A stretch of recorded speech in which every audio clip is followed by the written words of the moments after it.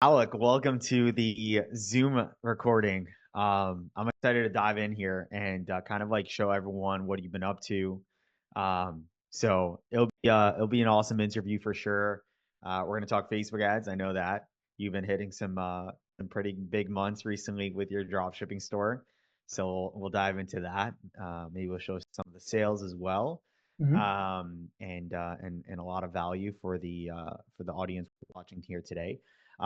First of all, Alec, you want to introduce yourself? How the heck did you get into drop shipping and how are you here today? Yeah, so I'm Alec. I'm from the Chicago suburbs, and I got into drop shipping through a mutual friend of mine, actually a college roommate. And during COVID, he had lost an internship, wanted to figure out ways to make money, found out about drop shipping, found out about e-commerce, and it was, something that he didn't think too much of. He put some money into ads. He ended up having, some decent revenue, and he walked me through all this after the fact. But after talking with him about, his success and he had profited a couple $1,000s, he shut his store down because he wanted to focus on school. I was like, let's try it together. So I got in originally with him, Hmm. and now I've been working on a few things of my own. And it was a colleague of mine, a peer of mine, that took me into this and wanted me to be a part of it with him. So that's what got me in, and now I've been just running with it myself. That's incredible. And tell us how like you work a job still, right? Mhm. How do you manage the schedule? What does the schedule look like with your drop shipping store? Yeah. So I work a typical, I mean, you could say 9 to 5 job. It's a bit outside the realm of what a desk job would be because I'm on the road constantly doing sales. However, in any of my free time, I'm always working on ecom. Whether it's product research, taking a look at my ads, analyzing the data that I'm getting, updating my store. I've been doing a lot of work with people on Fiverr, trying to get more reviews, more content to post. But from I'd say 8 a.m. to 5 p.m., my main focus traditionally has been my main 9 to 5 job. But outside that outside that time frame, it's ecom. So Mm. Love that that. it's been tough to balance in the past. Luckily, I found a job and a career that is more flexible now. I used to have a very rigid schedule where I was on call. I was consistently working and had to do things for work. But now I have a lot more flexibility, which allows me to focus more on ecom and learn more and grow more. Incredible. Awesome. And I love that you don't like let your job stop you, right? It's just like whenever I have free time, I'm either working my e-commerce business or, producing income with my job and you're just grinding it out. And I feel like sometimes that's the best way to go because when someone is doing e-com full time, they're actually wasting most of the day on stuff that don't matter. And then you're maybe working for an hour or two. But when you have a job and then you're coming home and you're putting in, the time that you have, whether it's an hour, 2 hours, 3 hours a day, periodically, you are going to make the most out of that time, Mhm. right? And I think that we've seen that with you, where you're just like hyper productive and like you're just boom, boom, boom, boom, doing your thing because you have that job and that limited hours. Definitely. And on top of that, like anything, like any business, it takes money to make money. And we are so lucky to live in an age where you can start a business for less than $50 with drop shipping. You have a Shopify free trial. That's $1 for the first month, actually $1 for the next 3 months. So you're essentially paying nothing for that. And then Link you right down below. Quick plug exactly. there. And then you wanna make some ads, you wanna find some that are online, that costs you nothing, and you spend a very small amount to advertise those on Facebook. You know, you can start a business for the lowest cost ever in the history of starting businesses. There's never been a better time to start a business, especially an online business. So yeah, no, it takes money to make money, and I truly was down a lot of money. And this is the story for most people. You have to learn. You can't just come into ecom and think that like ad one is going to be the home run hitter, and I'm gonna make 100K off this ad one. It might take 50 ads. It might take 100 ads. Some people hit it on the second, third, maybe 10th ad, but at the end of the day, you're going to have to spend money to eventually then make money. So Yeah. having a full-time job is important, so you have a stable income and you have spending money to pour into ecom. Yeah, That's really true what you said of like people having false expectations, thinking that the first, product or first ad they're going to throw up is magically going to work. And I think that it also comes from listening to the wrong people and trying to think that, you can just do things basic and win, right? I Mhm. know when we first met, right, like you weren't doing near the numbers that you're doing now, Mhm. right? I want you to talk about that for a second and how important learning from the right people was for your success. Yeah, and I mean, want to put it out there, like Sam, the advice that you gave me and the tips that you gave me have been, I mean, monumental for my business and have helped take me from, doing a couple $100 a day to now doing thousands of dollars a day. And I think in October we did 54,000. November we're already starting hot. Hopefully, gonna, I want to pass $75,000. I think we could do 100, but I Yes, want you to hit could. $75,000 is my next milestone for Yes. November. So it's totally possible, and it's possible because of the advice that I got from you and being in your mentorship group, hearing what other people said, seeing what other people had tried and what maybe didn't work for them. Having that group allowed me to, bounce ideas and learn from other successes and their mistakes. And obviously, your knowledge of what works and what doesn't work has been tremendously helpful. So that was amazing. But yeah, we're at the point now where we're doing consistently minimum $1,500 a day. Typically, 2,000 is, I'd say a good average for us. Recently had our first 3,000, I think it was $3,200 in a day. So that Nice. was phenomenal. Over a $1,500 profit for a single day, and then that's consistent. So which That's is good margins, man.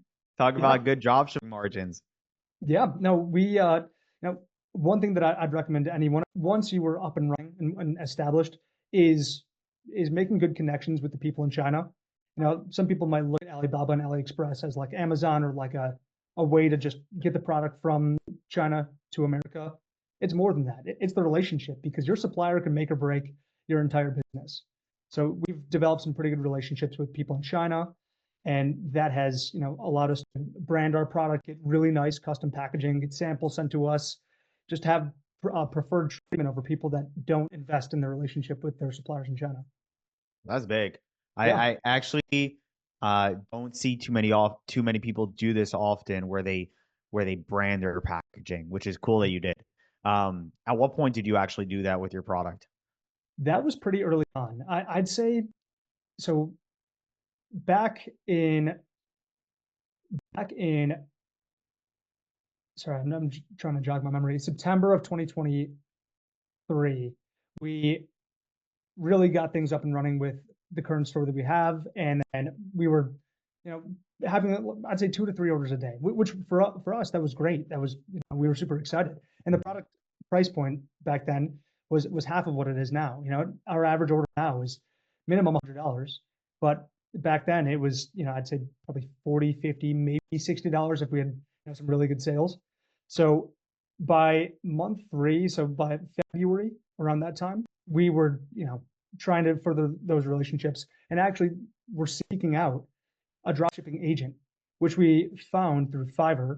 And it was actually just a middleman that brought us to the dropshipping agent. But that allowed us to, in turn, get the product packaging. And we're so lucky to have Canva, which is a free resource to design perfect and amazing product packaging.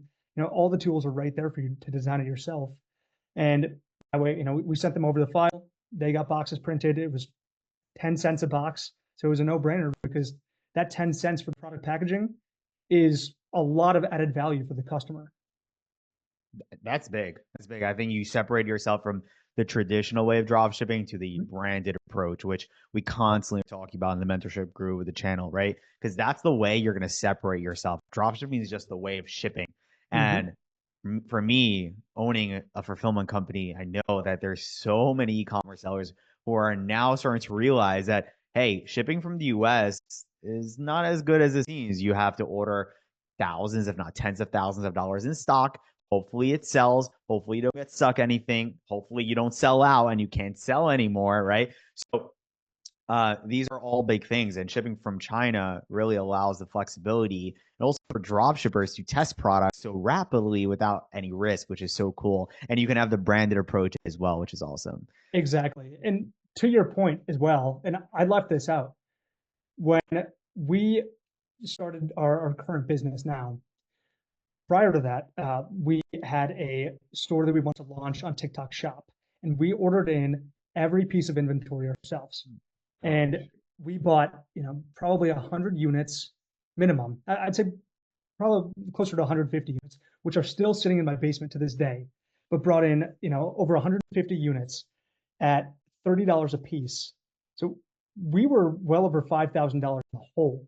And that's something that, if I had mentorship like you, or just even any group of people, I think a lot of people would have advised to not do that. Even though, I had previous ecom experience, there were a few businesses that I tried that failed. I understood things.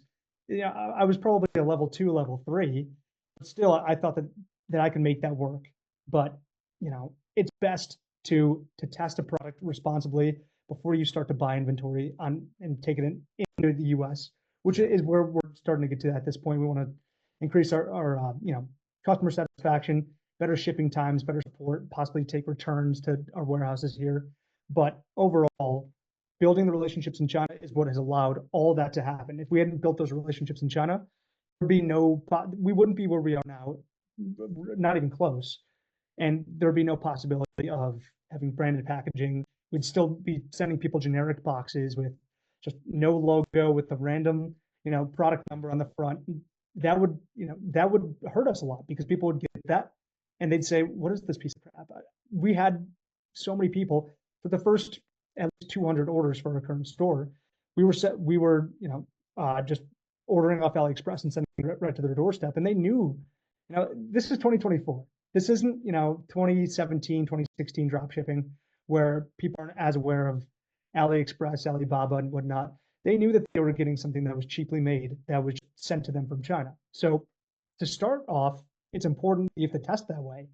But once you hit that 100 order threshold, 150 order threshold, it's really important that you get your product logo, product name, and just a full branded box for your product.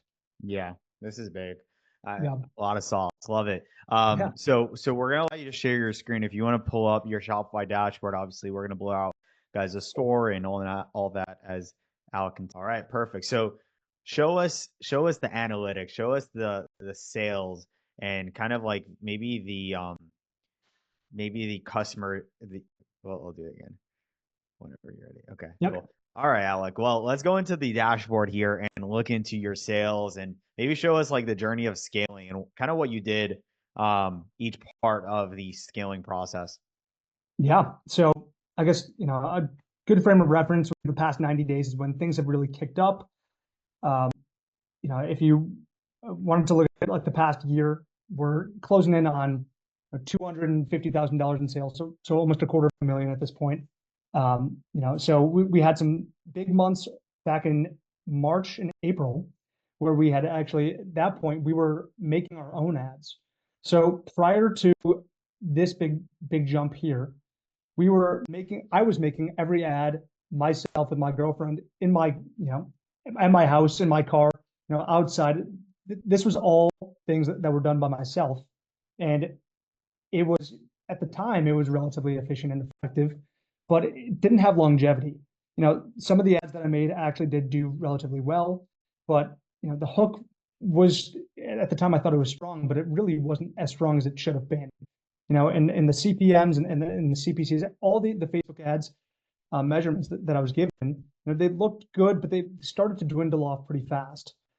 So we're now closing in on 2,000 orders, and that's truly because of the past month and a half. After taking some advice that you told me, Sam, about utilizing a different platform for ads to find my ads, source my videos, we've now had a massive spike in sales, and we're starting to see that increase in November. We're only 12 days into November, and we're closing in on $22,000 in sales. So we're starting to really kick up our average order value, bundling items and whatnot. So that's been ramping up for us. Our sessions are also kicking up. And then for our ads themselves, I'll refresh this to give you most updated information.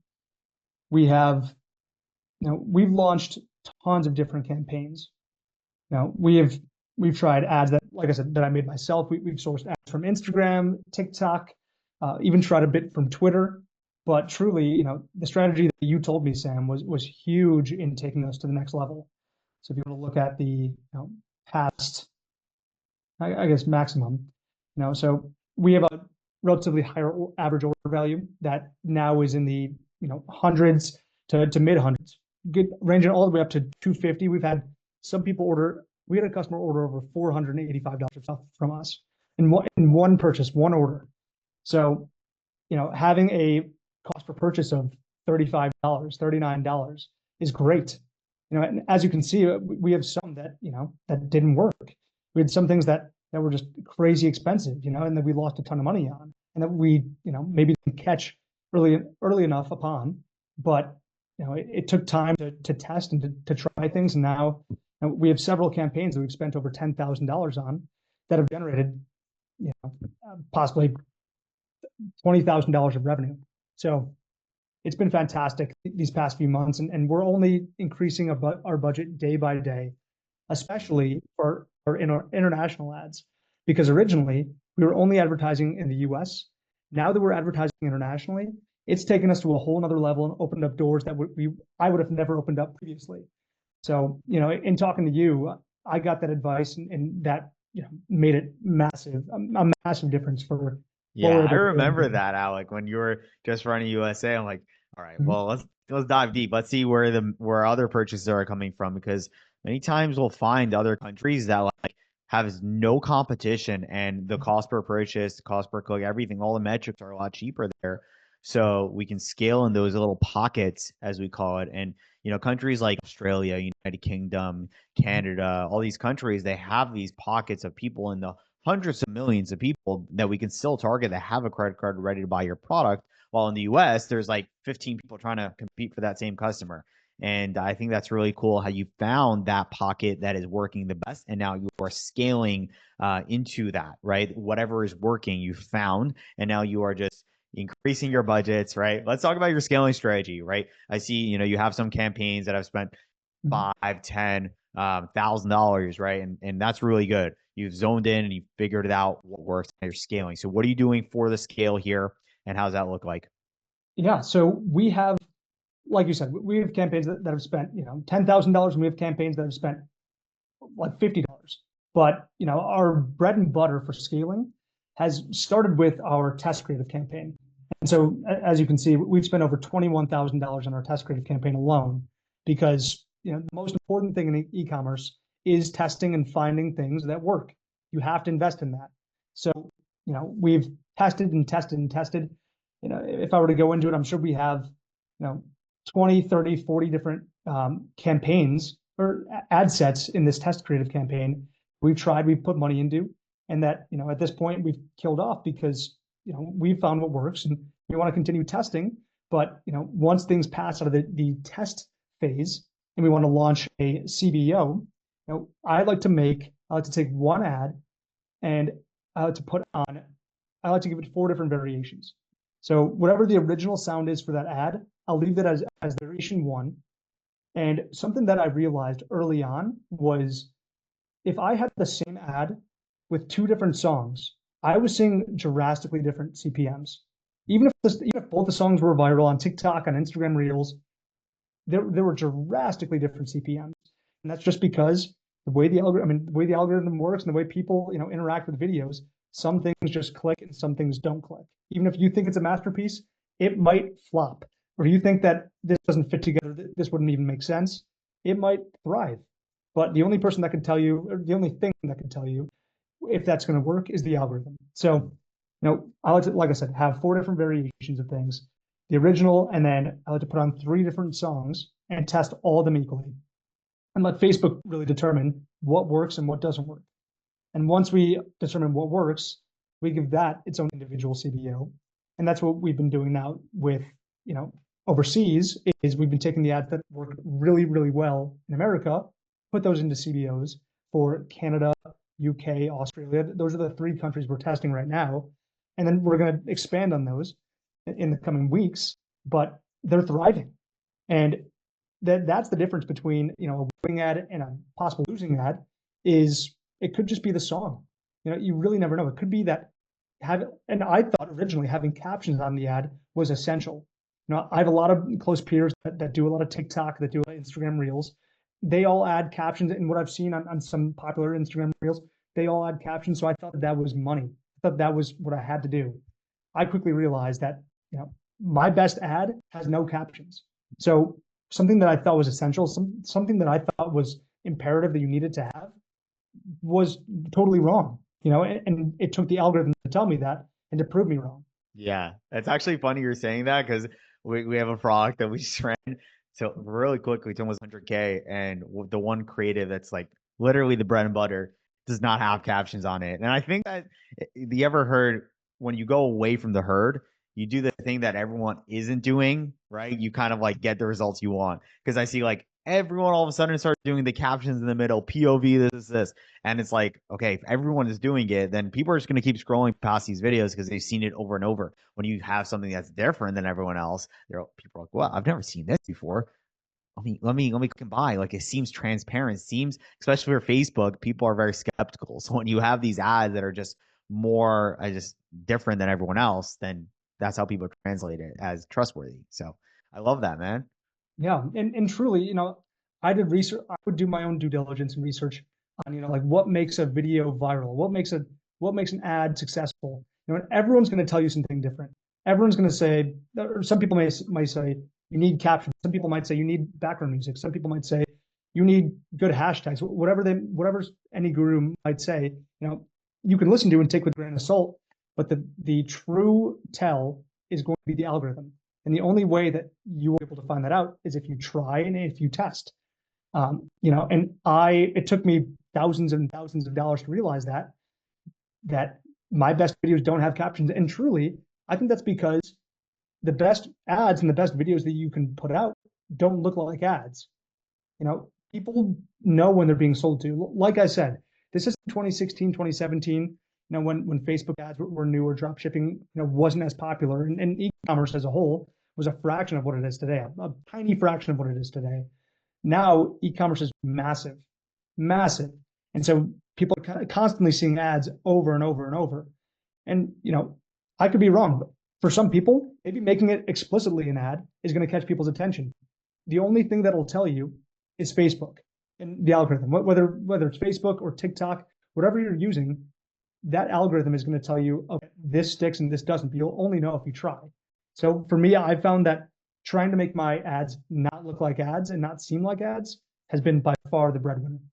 Wow. That's so cool. And you use the data as we talked about. The data is what is reading that to you, and you're making data driven decisions, right? So it's the triple D's, Yep. data driven decisions. That's what it is. Yes. And at the end of the day, you're looking at the metrics, which metric is important to you. You're looking at CPC, right? You're looking at the ROAS at scale. Really, the only thing that matters is your cost per result, right? And your ROAS, because you know what you can spend to get a purchase, still be profitable. You can see clearly which creatives and which assets are doing the best. And especially with Facebook, it's hands off, right? You're not like changing every 5 seconds something. You're kind of just riding that wave of whatever is working with your campaigns. And you can clearly see that you have certain campaigns that are crushing it, and you're just focusing on what is working at this point to scale. Exactly. And once you find those ads that do well, and what you might see as well is some ads, they have a lower CPM or a lower cost per click, whatever it might be. You have to internalize that. And you have to, make either a mental note, or in my case, I like to use a Google Doc and document a few things about certain ads that I think stuck out. Now, we had some ads that had super low CPM, so they were being pushed out to people for extremely cheap, but there was no call to action.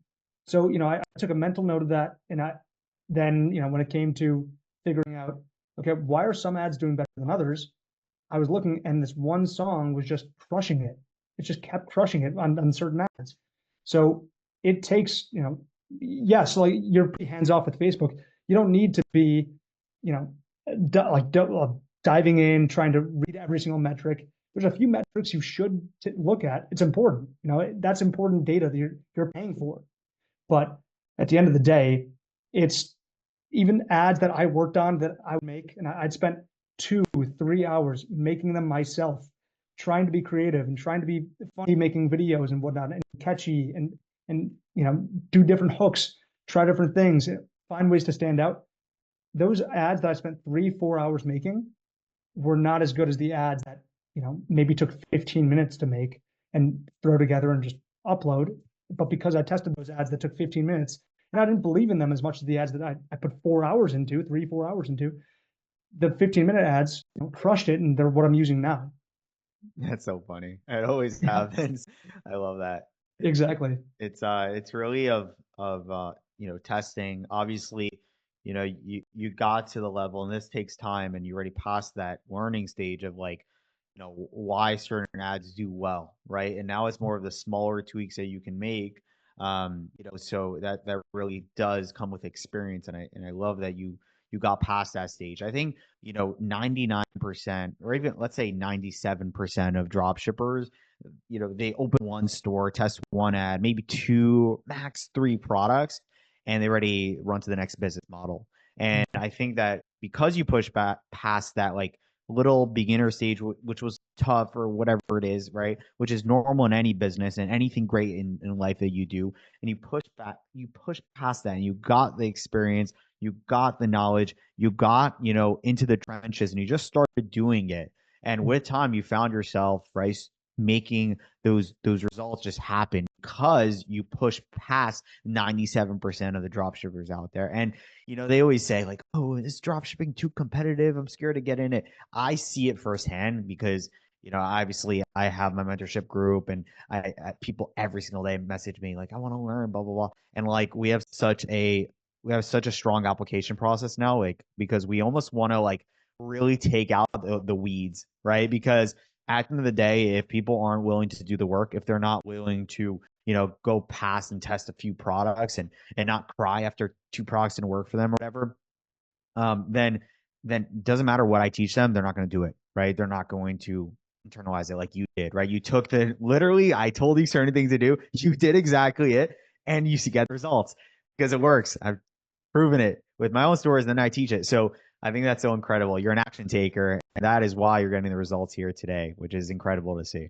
Yeah, we would not be where we are without your mentorship, man. So, Sam, truly, I'm very grateful for that group because there's also an element of surrounding yourself with people that are interested in what you're interested in. No matter what that is, whether that's ecom or fantasy football or gamble, like sports betting, you will learn more just being in the conversation. You know, there's there's a huge element to just having the being able to see what other people are saying about it and hear some ideas. And for many groups, for whether it's ecom, like I was saying before, like the other categories of things, a lot of it might not apply to you, but maybe 10% will, and 10% could be the difference of your business being successful or not. And one thing that I'll say as well, I always think of, there's that famous picture of like the guy that's he's mining for diamonds, and then he stops and he turns around and he stopped mining. And then there's a big pile of diamonds that if he would have just had one more chip, Ooh. he would have changed his entire lineage. That guy would have never. That guy would be the richest person on earth because there's a massive pile of diamonds. That's how I look at ecom. You never know when you are one ad away from changing your life. You never Oh know my. when you're one idea, one store away from changing your life. And frankly, nowadays with technology, like I was saying, to start a business, to start a new store, it might take you a couple hours, not even days. If you do it efficiently and you dial in, grab some coffee, grab an energy drink, and you dial in, you could have a good looking store started within hours. There's some things that might be out of your control with Facebook, having pretty tough restrictions on ad accounts and whatnot. Yeah, there's things that might be out of your control, but control what you can control. Keep chipping away, and all it takes is one store, one product to change your entire life. And that's how I feel. So meeting you, and I'm so happy that we got in touch because that one connection has changed my life tremendously.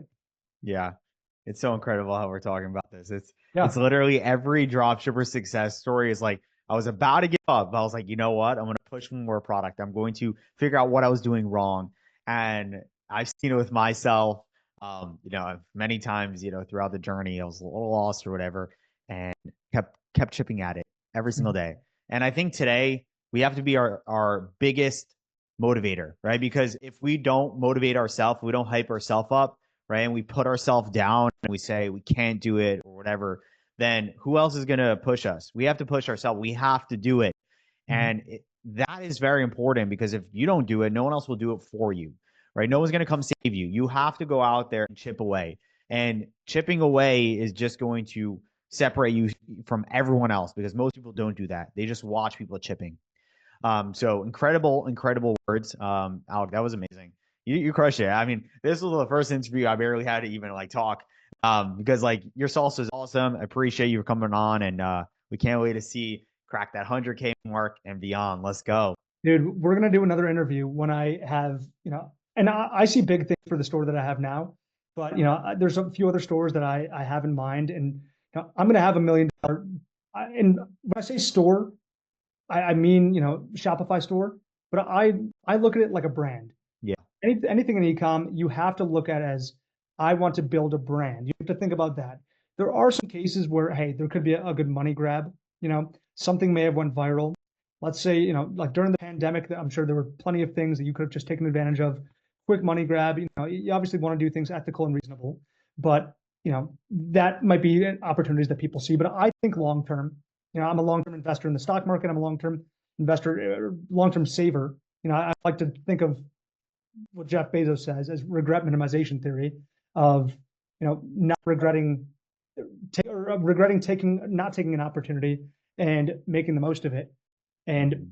I will regret more not trying a store than I would trying and losing, let's say, $300. And for a lot of people that is a significant amount of money. Even for me, to lose $300 is not something that I ever want to do. But I'll regret not trying that store more than I'll regret losing $300 when I'm 60 years old. Mhm. All it takes with this store, this was my fifth ecom store. And that includes the TikTok shop idea that I had tried and that I was down almost $5,000 on. And that isn't something that I would advise to anyone. I was fortunate that I was living with my parents at 25 years old, and to go down that much, luckily because I had a full-time job, it didn't crush me and it didn't crumple me. Yep. It fueled it fueled me more to say, what can I do to make that money back? I just want to Mhm. make that money back. And I don't even care about building the $1 million brand. What can I do to get that money back? And I know that if I can get that money back, I'll be able to be successful in this. Right. That's pretty cool. You took that loss as like a motivating factor. That's really, really, really cool. I had a similar story. I did the same thing. I ordered a bunch of stock, over $10,000 worth of stock.